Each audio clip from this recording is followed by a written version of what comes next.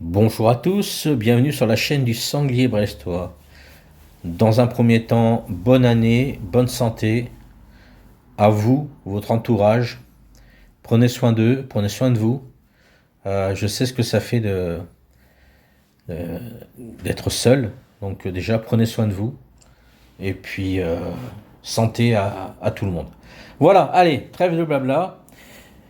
C'est un truc que j'aime pas faire, mais bon, c'est vrai que vous comptez pour moi. Donc voilà, je trouvais ça sympa de faire, avant février une petite vidéo quand même. Euh, voilà. En plus j'ai de quoi faire. J'ai un cadeau que j'ai reçu de la part d'un ami. J'en ai reçu deux, trois me semble-t-il. Voilà, je vais commencer déjà par les deux premiers. Voilà. Et on y va.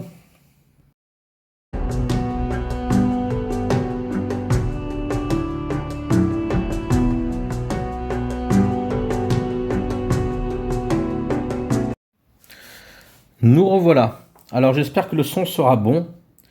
Je vais tenter de faire un petit truc pour vous raconter l'histoire de l'Inogokami. Absolument. L'Igonokami est un couteau japonais fascinant avec une histoire riche. Origine et histoire. Création.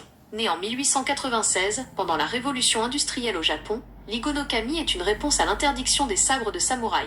Nom. Igonokami signifie seigneur de Igo, un titre honorifique porté par les samouraïs de la région d'Igo. Popularité. Rapidement adopté par les Japonais, il était un outil indispensable pour les écoliers. Interdiction. Son utilisation a été limitée dans les années 60, suite à un incident impliquant un katana. Caractéristiques. Design simple.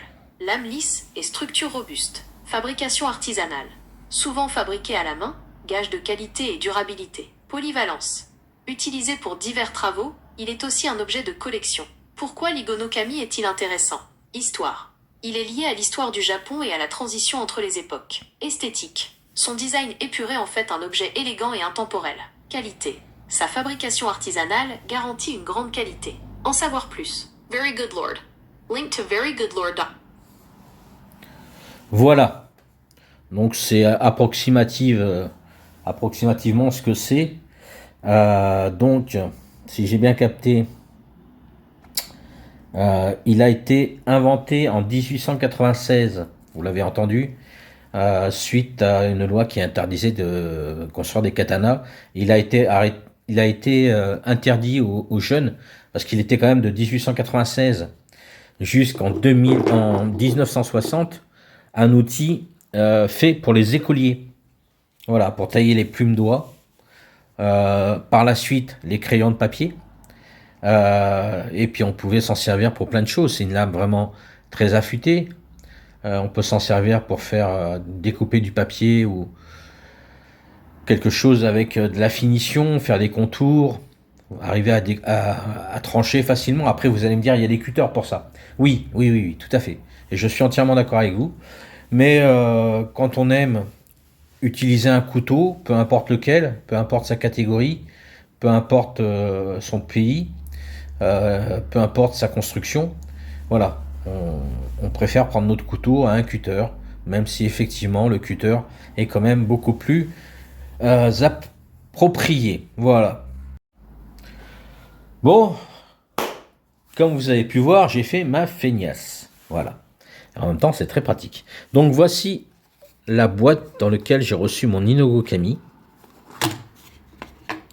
Il est magnifique. Ceux-ci sont juste des instructions. Voilà, si je le mets dans le bon sens, c'est que vous faites un copier-coller et que vous allez ensuite dans traduction. Ça signifie juste les précautions d'emploi du couteau. Dans cette belle petite boîte, il existe du bleu, du vert, du jaune, me semble-t-il. Alors, voici ce petit couteau magnifique avec la gravure sur le manche. J'adore ce vert forêt, vert irlandais, j'ai presque envie de dire, avec le noir. Il est vraiment magnifique. Ce que j'aime bien dessus en plus, c'est qu'il est vachement... il a un grip, comme vous pouvez voir, je l'ai graissé. Hein. Il a un grip qui est, voilà, ça tient bien. Et ça, j'aime bien. J'ai deux autres Inugokami plus le Fuji. Et très franchement, ils n'ont pas autant de maintien. Ce qui fait que là, quand on tient ici, ça fonctionne vraiment. Comme vous pouvez voir, cette jolie lame, c'est vraiment une vraie merveille. On va tester sur... Alors la plume, je ne sais pas trop comment la tailler, mais j'ai regardé un petit peu, voilà. Et on va voir dans les trousses d'écoliers avant 1960 ce qu'ils pouvaient faire avec ce petit couteau dans leur trousse. Voilà. Et comme quoi les jeunes au Japon, jusqu'en 1960, parce qu'ils ont été interdits ensuite d'avoir ce couteau, pouvaient être positifs. C'est suite à un attentat avec un katana qu'on a interdit les couteaux. Donc c'est des adultes. Voilà. Bref, allez, c'est parti. Alors, au niveau du poids, on est sur un couteau full acier. C'est pas du laiton. On est sur 43,80 g. Ce qui est vraiment pas mal du tout. Avec la petite lentille que je vous ai pas montré tout à l'heure. Sur ma vidéo que j'avais faite sur mes Zigonokami, j'avais dit que c'était un pied monté. Ce n'est pas un pied monté. C'est un système à lentille qui est effectivement ressemblant à un pied monté. Mais je me suis trompé à l'époque. Voilà. Il est magnifique. Ensuite, on va le mesurer. Alors,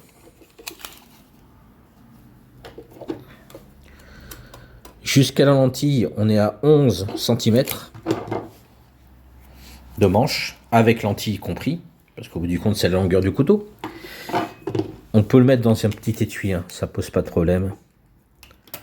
On est sur 17 cm entier et on a une longueur de lame avec tranchant de 7,5 à peu près. Voilà, ça en fait un très très bon couteau pour ceux qui sont sédentaires dans leur entreprise, c'est-à-dire derrière un bureau, répondre au téléphone, aller quand même dans le magasin récupérer des choses. C'est un petit couteau qui peut être utile, surtout quand on reçoit pas mal de courriers. Après oui, il suffit d'y aller avec le doigt, mais non, ne me faites pas dire ce que j'ai pas dit. Si je l'ai dit. Voilà, ça permet d'ouvrir du courrier, ça permet de faire plein de petites choses. Souvent, les sédentaires ont des fois des démos à faire, des tests de produits. Et avec ça, on peut dégainer du petit câble, parce que c'est en général, c'est du petit câble qu'ils ont. On peut faire pas mal de choses avec ce petit couteau. Donc, là, j'ai une plume de je sais plus trop quoi. Alors, déjà, on coupe. Putain, elle est costaud cette merde.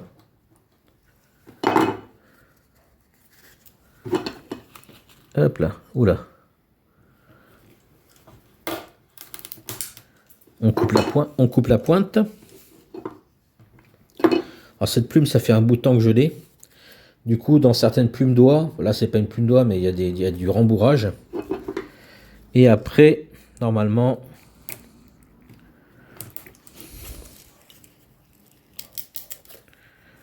hop là.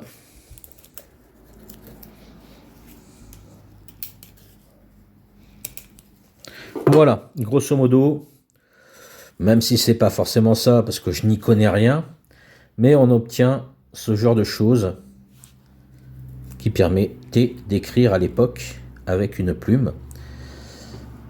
Hop, alors, ou c'est moi qui n'ai pas de bol avec les couteaux que je reçois, ou alors j'ai pas de bol avec les couteaux que je reçois au niveau de la coupe.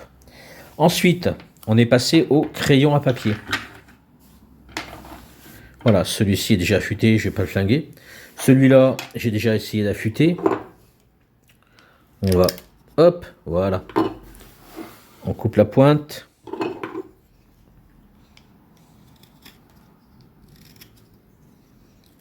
tout cas, ça coupe. J'ai rien dit. Voilà. De quoi pouvait être utile pour les, pardon, excusez-moi, pour les écoliers japonais, ce genre de petit couteau qui se Pardon, oh là, j'ai le hockey. Qui se trouvait également dans le sac à main des dames. Non pas pour se défendre, hein, mais voilà. Voili voilou. Euh,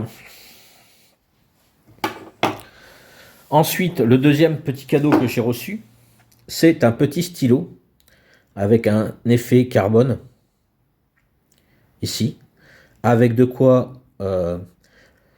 naviguer sur mon téléphone sans avoir mes traces de doigts dégueulasses. Hop, en tournant, on a l'écriture qui est vraiment très très très fluide. C'est plus fluide, je suis pas sûr qu'il y ait. Hop, non franchement, j'ai un Fisher's Pen bullet et j'avoue que l'écriture n'est pas du tout la même.